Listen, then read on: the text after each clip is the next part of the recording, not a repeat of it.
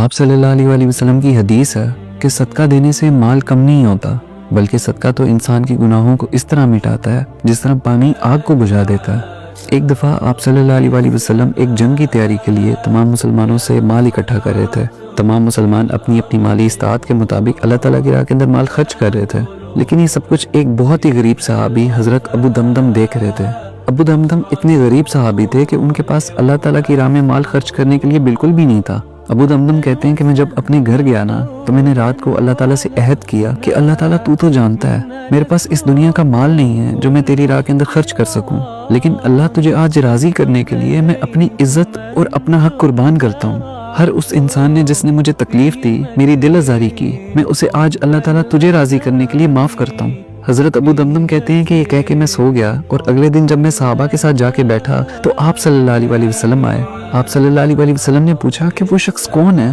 جس نے رات کو اپنے اور اللہ کے درمیان میں وعدہ کیا ہے، اپنے اور اللہ کے درمیان میں ایک صدقہ کیا ہے؟ تو تمام صحابہ ایک دوسرے کی طرف دیکھنے لگ پڑے کہ وہ شخص کون ہے جس نے رات کی تنہائی کے اندر اللہ کے ساتھ کوئی صدقہ کیا ہے۔ آپ صلی اللہ علیہ وسلم نے دوسری دفعہ پوچھا کہ وہ شخص کون ہے جس نے کل اللہ کو راضی کرنے کے لیے صدقے میں اپنی عزت اور اپنا حق اللہ پر قربان کر دیا ہے؟ حضرت ابو دمدم کہتے ہیں کہ میں نے بڑی شرمندگی سے اپنا ہاتھ کھڑا کیا اور میں نے کہا کہ رسول اللہ وہ شخص میں ہوں۔ حضرت ابو دمدم کہتے ہیں کہ جب میں نے شرمندگی سے اپنا سر اٹھایا تو میں نے دیکھا کہ آپ صلی اللہ علیہ وسلم مسکرا رہے تھے، اور انہوں نے مجھے کہا کہ ابو دمدم خدا کی قسم، مجھے میرے اللہ کی قسم، اللہ نے تیرا صدقہ قبول کر لیا۔ اور آپ صلی اللہ علیہ وسلم کو حضرت ابو دمدم کا یہ صدقہ اتنا پسند آیا کہ جب کبھی بھی صحابہ کی آپس میں کوئی بحث ہوتی تو آپ صلی اللہ علیہ وسلم ان سے کہا کرتے تھے کہ تم لوگ ابو دمدم کی طرح کیوں نہیں بن سکتے؟ تم لوگ ابو دمدم کی طرح اللہ تعالیٰ کو راضی کرنے کے لیے ایک دوسرے کو معاف کیوں نہیں کرتے؟